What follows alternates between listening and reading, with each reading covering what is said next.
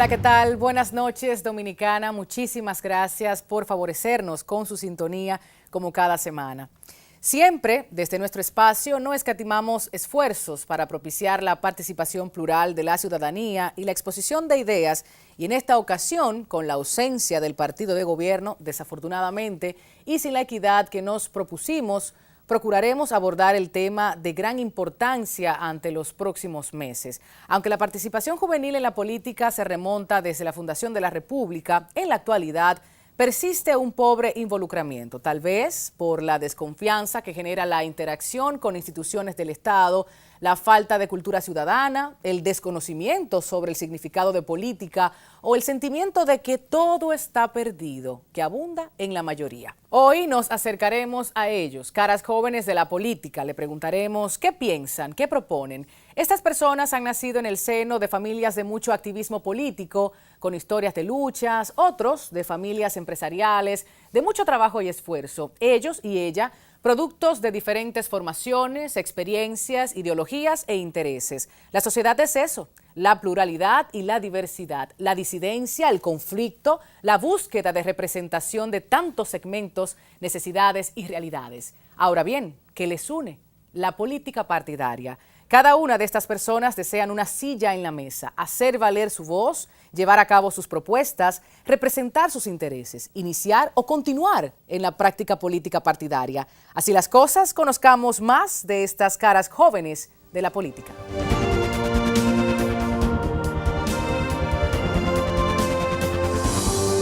Carlos de Peña,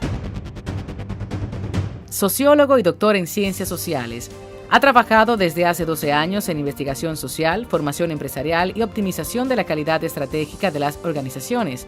Perteneció al PLD, del cual se alejó por diferencias ideológicas. Ha realizado investigaciones políticas de izquierda. Es candidato a senador del Distrito Nacional por Opción Democrática. Claudio Camaño Vélez, activista social, agrónomo, maestro de cívica y legislación y ética, dirigente de Alianza País. Desde su ejercicio político ha estado involucrado en diferentes manifestaciones y movilizaciones sociales de actualidad. Le interesa colaborar en los temas de medio ambiente, trabajo y seguridad. Es aspirante a diputado de la circunscripción 3 de la provincia Santo Domingo por Alianza País. ¿Cuáles son las respuestas en torno a la baja incidencia, baja participación? ¿Qué pasa con la juventud dominicana y la apatía frente a la política partidaria sobre todo? ¿No entendemos el significado de política? ¿Qué nos ocurre? ¿Desconfianza? Empezamos con usted, Carlos. O contigo, Carlos, conmigo, para sí, tutear. Conmigo. Buenas noches, Tatiana, y buenas noches, Claudio, y a la audiencia igual. Lo primero es que la apatía política del joven de hoy es una consecuencia de la derrota de la Guerra de Abril del 65. Ese es el primer elemento. O sea, nosotros al perder la guerra, al perder Abril y al instalarse el régimen de Balaguer de los 12 años, el objetivo de los norteamericanos y de todas esas fuerzas políticas de derecha y conservadoras era desmontar la política como ciencia y como arte y convertirla en lo que durante los últimos 50 años ha sido: prácticas fraudulentas, corrupción, asalto al patrimonio público, y en consecuencia pues los jóvenes han decidido dos elementos muy importantes: primero, hacer su vida privada, y segundo, los que pueden irse del país. Se necesita un nuevo tipo de política y un nuevo tipo de político para tratar de cambiar esa concepción de los jóvenes, y no solo de los jóvenes, sino de la ciudadanía completa. Cuando tú hablas de nueva política, ¿te refieres a esos inicios, por ejemplo, del PLD, el cual tú abandonaste por diferencias ideológicas? Estamos hablando de la cultura del terror. Específicamente, me refiero a una mística distinta y a la política con rigor. No es posible que la política se haya convertido en un grupo de seguidores asalariados de una persona, o la búsqueda incesante de comprar conciencias porque el voto se alquila o se vende. Eso hay que romperlo.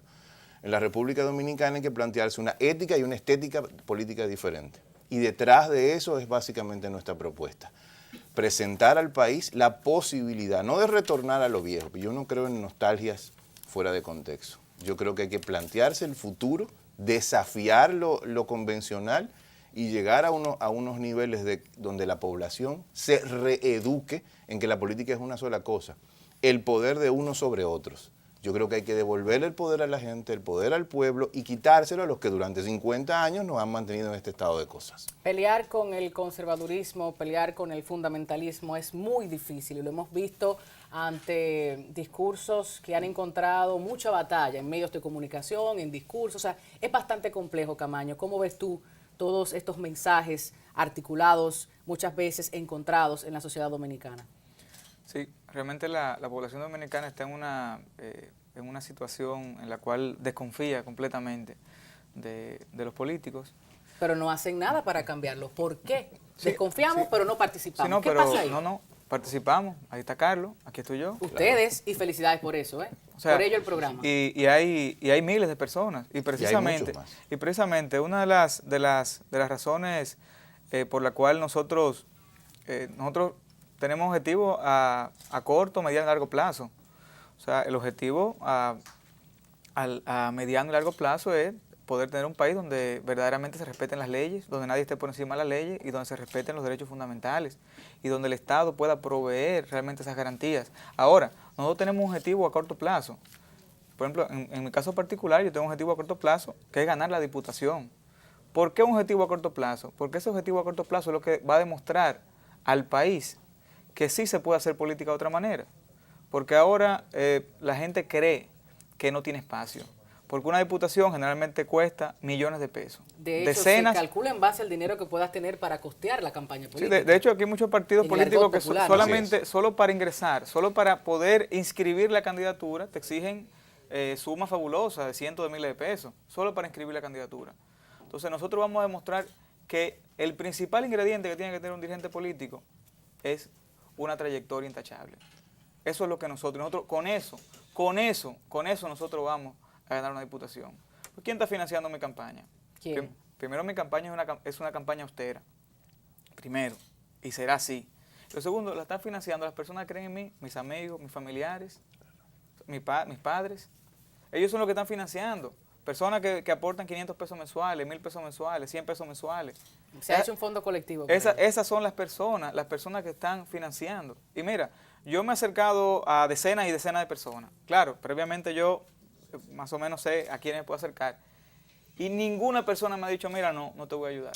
Ninguna persona. O sea, realmente, cuando una persona cree en él, consigue todo lo que necesita para llevar adelante un proyecto político. Y nosotros, eso es lo que vamos a demostrar. Porque si nosotros queremos un país diferente, tenemos que cambiar el tipo de persona que nos está gobernando. Entonces, ¿cómo le pedimos a la gente joven que se entere, que participe, que se involucre, si en ningún lado se le enseña a participar en la política? Hay que quitarle al tigueraje la política.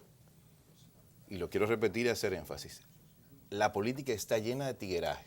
Y al tigueraje hay que quitarle la política. Y la forma de quitarle la política al tigueraje es precisamente, como Claudio plantea, con el ejemplo, con prácticas distintas, con propuestas distintas, con discusiones distintas, con debate con otros. La mejor pedagogía que le podemos hacer al pueblo dominicano es demostrarle que hay gente que puede debatir ideas, aunque tenga diferencias de criterio, aunque tenga diferencias de propuestas, pero ideas. Nosotros no vamos a la política ni a este certamen electoral a comprar gente. Y algunos creerán, ahora en mayo, que van a ganar curules, que van a ganar asientos y que van a ganar presidencias. Y que las van a ganar comprándolas. Pero hoy te puedo decir que eso no les va a durar mucho tiempo. A la larga o a la corta, y pasó en Sudamérica, y pasaba en Europa, y ha pasado en Centroamérica, el pueblo dominicano les va a pasar factura. A ellos, a los de siempre, y a los nuevos que dicen ser nuevos y hacen lo mismo que los viejos. ¿Es la arritmia histórica de la que hablaba el profesor Bosch? Quizás. La arritmia histórica de esos años que luego ve la realidad en nuestro país. La historia es dialéctica. Todo mal tiene su bien.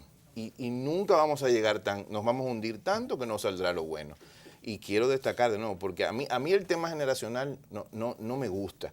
Porque yo he conocido muchísimos adultos, por ejemplo, el caso de Manuela Carmena, la alcaldesa de Madrid, tiene 71 años y es una persona de ideas muy avanzadas. Y conozco jóvenes que practican la política con 30, 25 y 40 años que parecen personajes del siglo XIX. Sí, entonces no se trata de un tema de edad, sino de cuál ética tú usas para la política y qué tipo de estética tú propones. Si lo que haces es andar con 20, 25 personas, con 500, 2.000, 3.000 pesos para ganarte el voto de las personas, o tu discusión tiene que ver con las propuestas de contenido que no tienen que ser sofisticadas. La gente está muy clara en lo que necesita. Agua, energía, educación, salud, muy clara. Y de hecho, en los recorridos que hemos empezado a hacer, noto algo muy común. Estoy cansado y cansada de escuchar lo mismo de gente que viene y promete y luego no vuelve. Claro. Porque el poder, lo que estas personas vienen a comprar en los recorridos es el alquilarle el voto a la gente para quedarse con el poder. Yo creo que a la gente hay que empezar a darle el poder que se merece y que tiene por derecho. Ustedes han visto también en algunas luchas reivindicativas cuando están allí peleando al lado de la sociedad porque se le está amedrentando públicamente, porque no pueden hacer una protesta, y te hemos visto. ¿Se ha logrado transmitir esa conciencia a la gente? ¿Más gente se ha unido? ¿Piensas que se queda solo de responsabilidad de los partidos políticos? ¿Cómo lo ves tú, Camaño? Sí, yo en lo personal entiendo, a propósito de que hace unos días fue el natalicio de Juan Pablo Duarte. Sí. Tiene una frase muy bonita que dice, no me la acuerdo así textual, pero habla como que el esclavo soporta eso oprobio, aunque no le guste. Bueno, Es la idea. Sin embargo, o sea, que el esclavo vive con oprobio aunque no le guste. Sin embargo, el libre prefiere la muerte a vivir sumido en ese oprobio. Entonces, yo entiendo que nosotros somos un país libre y que los derechos nosotros tenemos que estar dispuestos a nosotros defenderlos con la vida de ser necesario. O sea, y tenemos que estar dispuestos a No eso. se mendigan, se arrebatan, ¿cierto? Los derechos nunca a ningún pueblo se le han regalado los derechos. Los pueblos siempre tienen que pelear por ellos. Y siempre va a haber una lucha entre los oprimidos y los opresores. Así es. Y hay que determinar, uno tiene que estar claro de qué lado uno está. Sí. Alianza País, Opción Democrática, ¿qué ofrecen a los partidos y al país? Queremos conocer eso. Carlos. A mí me gustaría, en términos legislativos, que se pudiera avanzar sobre una agenda de 3 puntos. La primera, modificación del marco de rendición de cuentas presidencial.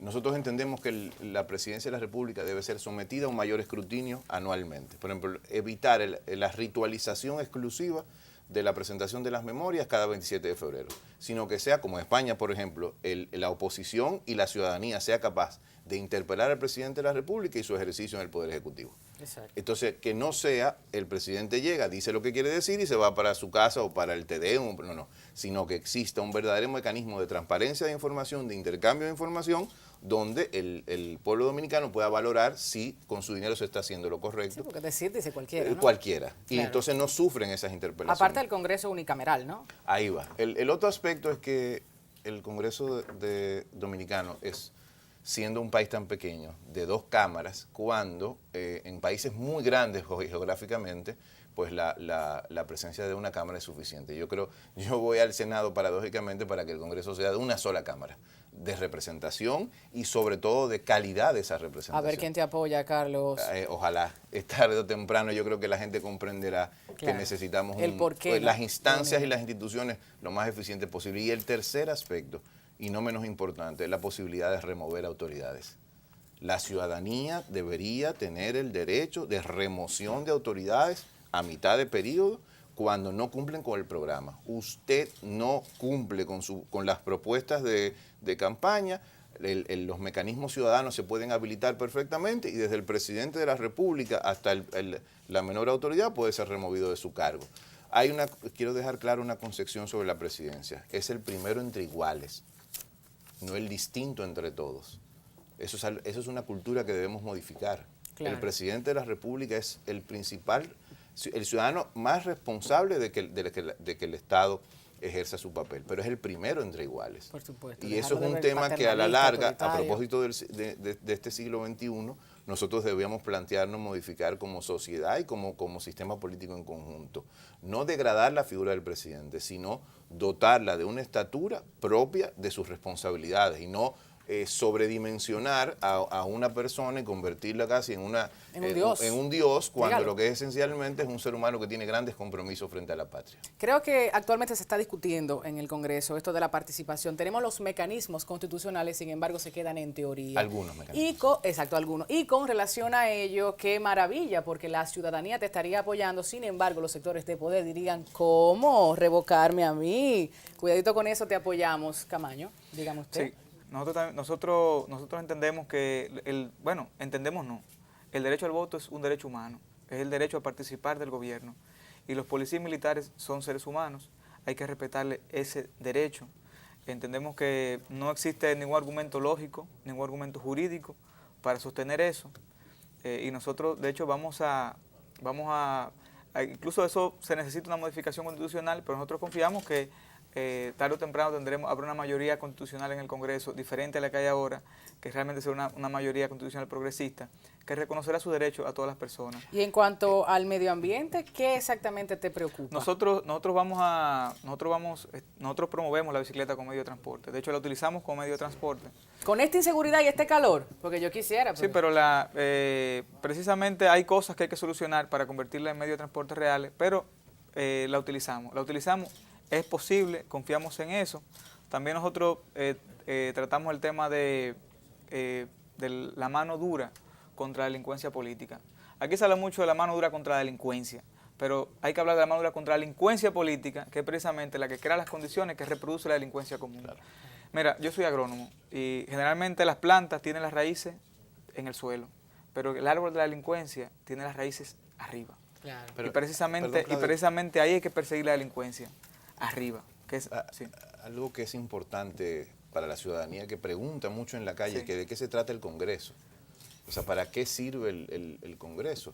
Sí. O el Congreso Dominicano. Sí, bueno, pero en general, porque a propósito que te decía al principio de la derrota de abril de estos 50 años, la idea era desinstalar todos los significados de lo político. Sí. El vocabulario político, reducirlo a la discolay, al dinero y a todo eso que ya sabemos de prácticas nocivas. Ahora, estas cosas. Ahora, cuando tú le explicas que el Congreso tiene que servir de contrapeso y de fiscalizador para el Poder Ejecutivo, el primer poder. Es el primer poder. Y en las democracias parlamentarias, y para que nadie nos tilde de comunistas, o sea, en las democracias avanzadas parlamentarias de Europa, por ejemplo, y en el propio Estados Unidos, el Congreso tiene esas atribuciones, esas posibilidades, y aquí las leyes lo permiten. Lo que pasa es que lo contemplan, perdón, no hay la efectividad en el cumplimiento de esa dinámica.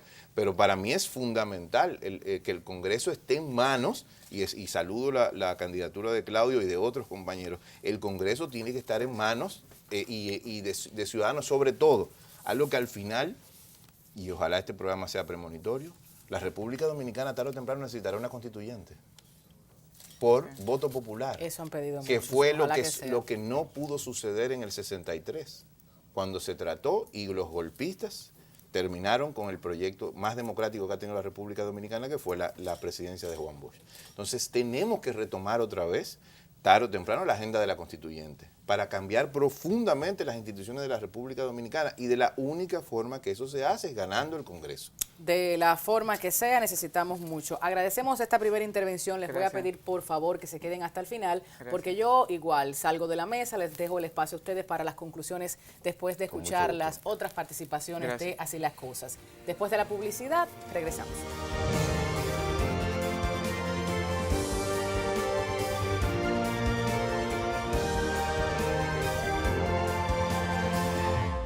El carnet del Seguro Familiar de Salud te acredita atención en emergencia e internamiento sin pago ni depósito de dinero. Hacerte todos los análisis que necesites. No ser retenido por deudas. Entre otros muchos beneficios. Preséntalo y exige tus derechos. Dida, comprometidos con tu bienestar. Orienta, defiende, informa.